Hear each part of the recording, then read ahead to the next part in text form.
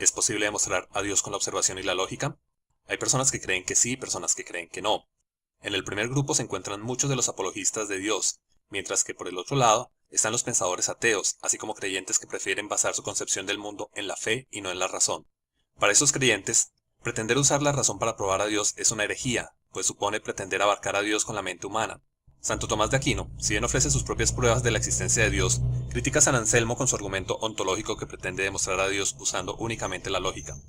Varios pensadores teístas han querido mejorar el argumento de San Anselmo, y una de las versiones más utilizadas hoy en día es el argumento ontológico modal de Alvin Plantinga, el cual se basa en el sistema axiomático 5 de la lógica modal. ¿Es posible demostrar a Dios con la observación y la lógica? Partiré de la formulación de San Anselmo, escrita en lenguaje moderno.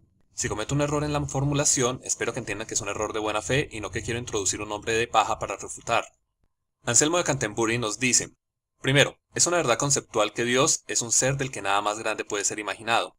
Segundo, Dios existe como una idea de la mente. Tercero, un ser que existe como una idea de la mente y existe en la realidad es, en iguales condiciones, más grande que un ser que existe solo como una idea de la mente. Cuarto, así, si Dios existe solo como una idea, entonces podemos imaginar algo que es más grande que Dios. Quinto, pero no podemos imaginar algo que es más grande que Dios. Sexto, por lo tanto, Dios existe. Aquí puedo ver dos tipos de reacciones entre las personas que no somos expertas en lógica y retórica. ¿Suena convincente o no suena convincente? En gran medida, qué tan convincente suena el argumento parte de nuestros presupuestos, y por ende, son estos presupuestos, más que la retórica, la que nos ayuda a concluir si Dios existe o no, o a concluir si el argumento de San Anselmo es concluyente o no. Cuando la validez de un argumento parece depender de los presupuestos, lo más probable es que estemos frente a un caso de falacia formal de petitio principii, o petición de principio, una de cuyas formas más conocidas es el argumento circular. He usado y seguiré utilizando el término retórica en el sentido más amplio como el arte de convencer utilizando argumentos lógicos.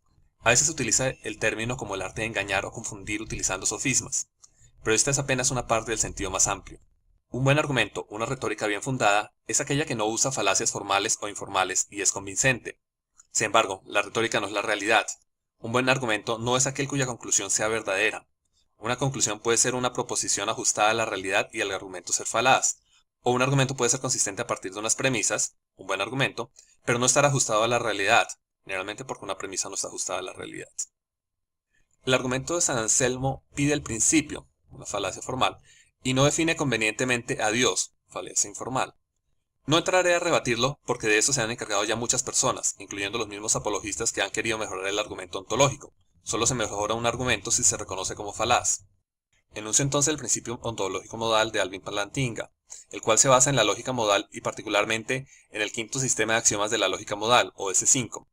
El argumento que sigue es el siguiente. Primero, un ser tiene máxima excelencia en un mundo posible W si y solo si es omnipotente, omnisciente y omnivolente en W. Una definición. Y, segundo, un ser tiene máxima grandeza si tiene máxima excelencia en todo mundo posible. Otra definición.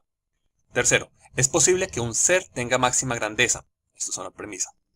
Cuarto, por lo tanto, posiblemente es necesariamente verdadero que exista un ser con máxima excelencia. Quinto, por lo tanto, es necesariamente verdadero que exista un ser con máxima excelencia. Sexto, por lo tanto, existe el ser de máxima excelencia.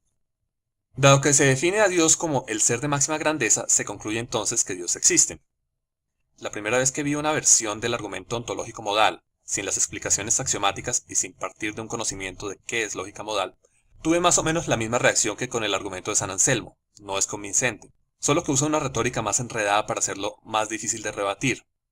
La mayoría de los ataques al argumento Plantinga son similares a los rebatimientos contra el argumento de San Anselmo. La mayoría de los defensores del argumento modal critican estos ataques indicando el desconocimiento de la lógica modal. Mi impresión es que Plantinga no mejora sustancialmente el argumento de San Anselmo, sino que lo viste de un traje más sofisticado. Hay tres elementos que planteo frente al argumento ontológico modal de Alvin Plantinga. Primero, la premisa 3 es debatible. 2. La conclusión número 5 es parte de un axioma. 3. La retórica no es la realidad. He visto varios intentos de probar y rebatir que la máxima excelencia, tal cual se define aquí, es posible en este mundo.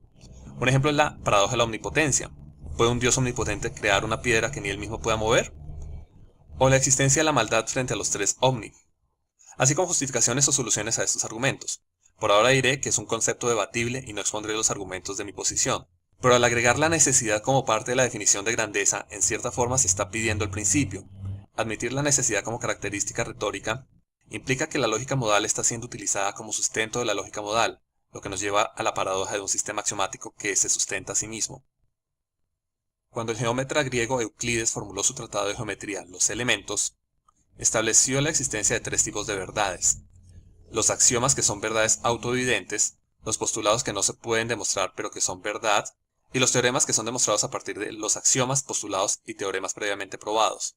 En Los Elementos, Euclides formuló los axiomas y postulados de la geometría, pero uno de los postulados, el quinto postulado, fue objeto de debate hasta que en el siglo XIX Bernard Riemann demostró que se puede negar el quinto postulado y obtener una geometría internamente consistente. Las observaciones que hemos hecho del universo nos muestran que el espacio no es euclidiano. La geometría euclidiana, si bien es muy útil en la ciencia y la ingeniería, tiene un alcance limitado si queremos describir la totalidad de la realidad conocida, que es el universo observable. En el entendimiento moderno dentro de las ciencias formales, como la matemática y la lógica, un sistema de axiomas, el término postulado ha caído en desuso, es consistente si no tiene contradicciones internas, y sin ningún axioma se puede inferir de los demás axiomas. Si se niega un axioma, se tiene otro sistema de axiomas coherente. Si no, entonces el axioma negado no era independiente y queda demostrado al absurdo como un teorema. Un teorema es verdadero solo dentro de un sistema de axiomas. Este mismo teorema puede ser falso o inconcluso dentro de otro sistema de axiomas. La lógica modal con S5 es consistente, pero no por ello es la única lógica posible. Un teorema de S5 dice que si algo puede ser necesariamente verdadero, es necesariamente verdad en un mundo posible, entonces es necesariamente verdadero. Es verdad en todo mundo posible. Si niego el axioma de relación de accesibilidad euclidia de S5, seguiré con un sistema coherente de lógica modal, pero ya no podré probar a Dios. La geometría euclidiana es útil. Para la mayor parte de la experiencia humana, la geometría que Euclides escribió en el siglo III a.C. es suficiente, y muchas geometrías no euclidianas pueden describirse en términos de la geometría euclidiana, reemplazando términos como plano por superficie esférica y recta por círculo mayor. La casi totalidad de la ingeniería y la ciencia aplicada moderna se basa en la geometría euclidiana y la mecánica de Newton, pero la geometría euclidiana y la mecánica de Newton fallan para describir la mecánica cuántica o la teoría de la relatividad. Al salir de la escala de la experiencia humana, lo que para Euclides fueron verdades autoevidentes dejan de ser ciertas. Podemos validar un sistema de pensamiento como las matemáticas o las leyes de la física por su utilidad, y lo mismo sucede con la retórica. La lógica modal con S5 puede ser útil. ¿Qué significa que una lógica sea útil? Una lógica es útil si, partiendo de unas premisas verdaderas, se puede inferir una conclusión verdadera.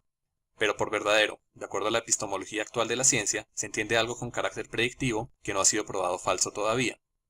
Pero un planteamiento retórico que usa una lógica consistente y que nos lleva a una conclusión con base en unas premisas, no nos demuestra que esta conclusión sea verdadera, nos muestra que la conclusión está correctamente inferida. Aceptando la lógica modal con la propiedad euclidia, y aceptando la premisa de la posibilidad de un ser con grandeza suprema, y aceptando que incluir la necesidad en la definición es válido, el argumento ontológico modal de Plantinga no demuestra a Dios, sino que hace depender a Dios de una premisa sin carácter predictivo. Alvin Plantinga no ofrece un planteamiento lógico nuevo y consistente para probar a Dios. Básicamente da un ropaje sofisticado llamado lógica modal al argumento de San Anselmo, el cual diluye en la premisa: definir la grandeza máxima como existente, o como existencia necesaria, como una característica posible. Ahora, refutar un argumento no implica refutar su conclusión. Yo no puedo afirmar que Dios existe porque la lógica de Anselmo de Canterbury o la lógica de Alvin Plantinga sean falaces. Solo afirmo que la inferencia no es buena.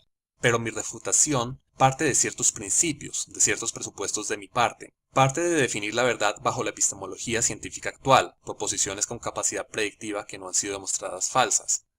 Si tu concepción de la verdad es diferente, entonces mi refutación no será convincente, pero esto será tema para otro video.